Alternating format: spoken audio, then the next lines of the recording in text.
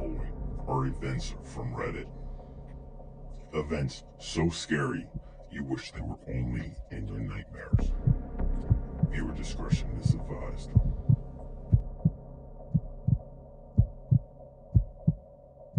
To preface this, I'm gonna give some backstory about myself.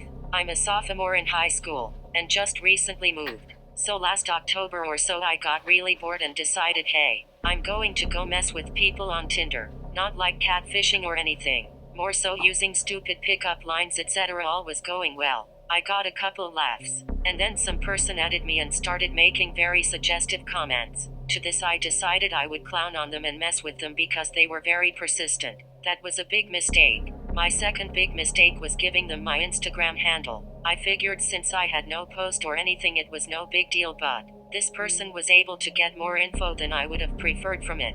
After this they became much more aggressive. Like way more aggressive. Threats ranging from rape to killing me. I was incredibly naive at the time and didn't think to block the person because, well, I wasn't having fun anymore. Eventually it came to my attention that they were an alum of my high school. I also found out that they weren't who they said they were and that it was actually a gay black dude from OU. Instead of the somewhat decent person I thought I was dealing with.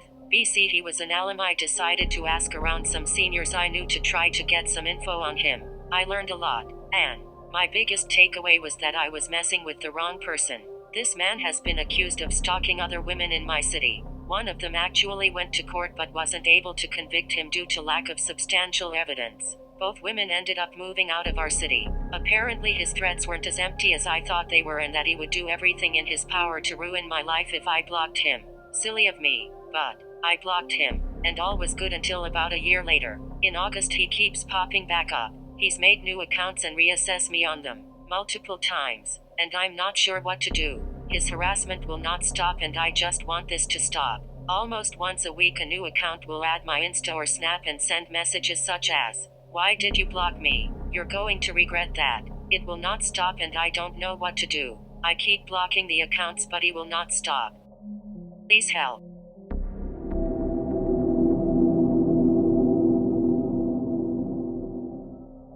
The one mistake that followed me for 7 years.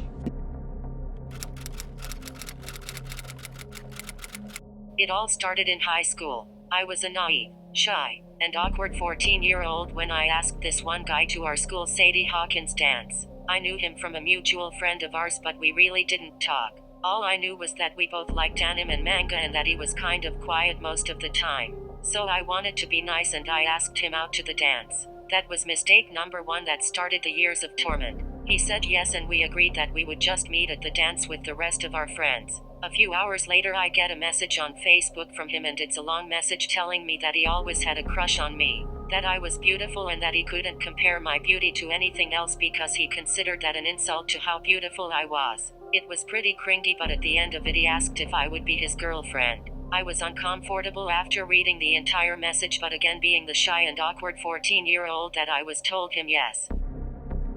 Mistake number 2. He asked to call me that night and asked for my phone number and I gave it to him. Mistake number 3. He calls me later that night and I learned a lot of things that I did not want to know. One of the major things was that this guy was a massive crybaby. I'm not trying to say that men that cry are weak, but this guy would cry at everything and would always play the victim. Felt like all his friends didn't like him cry. No girl other than me would love him cry. Teacher failed all of his assignments even though he openly admitted he didn't want to do any of the work cry. The list goes on, but I'll get to more things later. I also learned that night that he had a foot fetish, and now that I had his girlfriend he was going to do so many things to my feet. Again, not trying to shame anyone, but as a 14-year-old who didn't like showing off any part of my body I was uncomfortable, and when I went silent for a little bit, guess what he did? Cry because I thought he was a freak. His words, not mine. I told him no, I didn't think that, though I was starting to. He instantly cheered up. He continued to call me every night and the conversations usually were the same as the first night he called until the night of the dance. At the dance he mentioned he never had his first kiss and how sad it was. I already had my first kiss at this point and I'm so glad he wasn't it. I kissed him at the dance just to get it over with.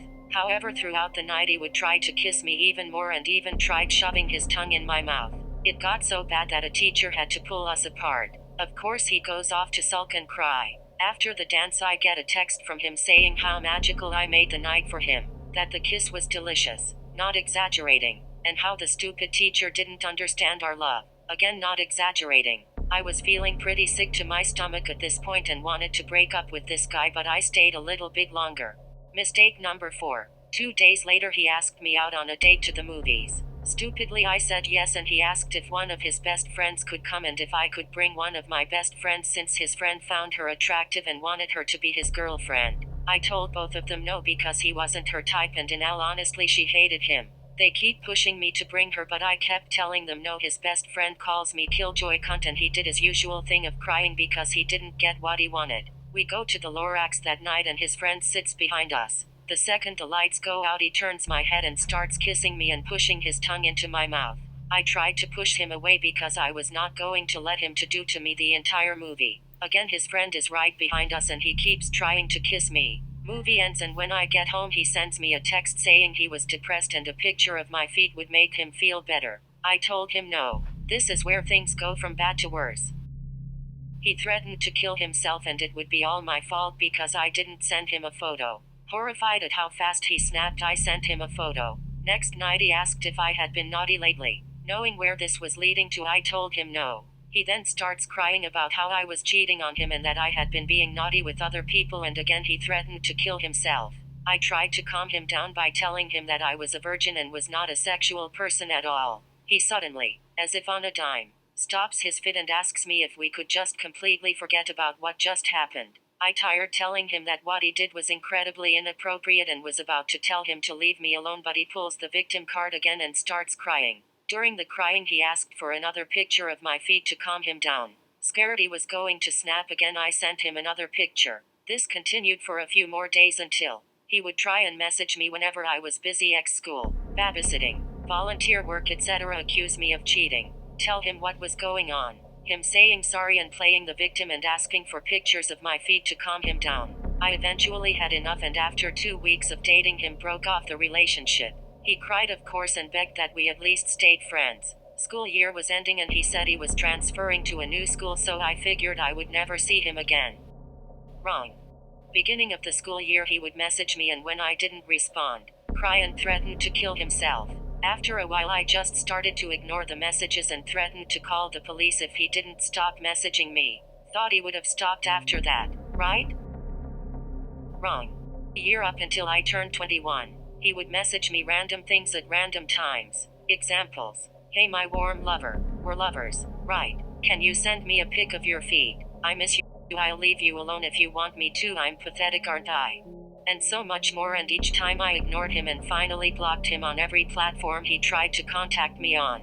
Fast forward to 21. I'm in college a ways away from my town and from him and have a boyfriend. I get a notification from Instagram saying he started following my profile. I quickly block him and not even 5 minutes later I get a message from Facebook from a random profile I didn't know. The message read, "Why did you block me on Instagram?"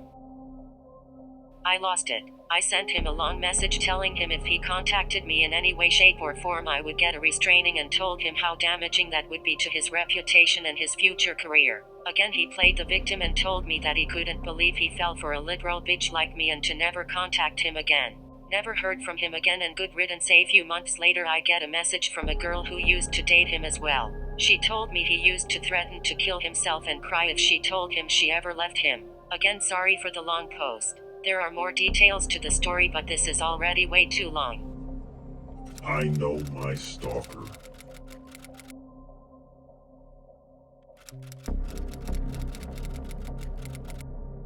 Could be a lengthy post, but whatever. My sister dating this guy for a few years. He was a pretty big asshole. He drank a lot, cussed a lot and was always very sexual. I was 13 at the time when all the bad stuff happened. One night they were fighting and he had way too much to drink. My sister was packing her stuff because she wanted to leave for the night. I, who suffer from really bad panic attacks, started panicking over the yelling and violence. I was alone with him in the living room. He sat next to me and started touching my thigh, telling me everything would be okay. He slid his hand further up my leg close to my private area. Mind you, I am 13 and he's like 27. His hands kept sliding until my sister walked in the room. I was completely frozen. She started screaming at him to get his hands off of me because she knew what he was about to do. The next day when I was leaving to go home, he pulled me to the side and told me if my sister had never came back, it would have been the best night of my life. Safe to say I never went back to that house or around him. I run into him now more than ever. I'm 18 now. My sister is married now to a different guy. She left this asshole a few years ago. He was in a QT when I went inside. I didn't know he was there until he touched my shoulder and asked me how I was doing. I ran outside crying. He has been texting my sister about me. She obviously doesn't reply, but tells me what he says. He knows what car I drive. He knows where I work, and I often see him driving past my work. He lives about 30 minutes away from where I live, but will be at the Walmart near my house when he has one in his town. I'm petrified to go anywhere by myself. I'm afraid to go into his town, fearing I'm going to see him. I avoid going out with friends because he constantly follows me. I refuse to go get food or gas at night by myself. I only ever truly feel safe when I'm with my boyfriend. I wouldn't be surprised if my stalker has tapped into my phone. How else would he know my locations all the time? I feel like no one truly believes me when it comes to all of this except my sister and boyfriend. I fear for my life sometimes. I do not feel safe living where I live now. I'll give more updates soon.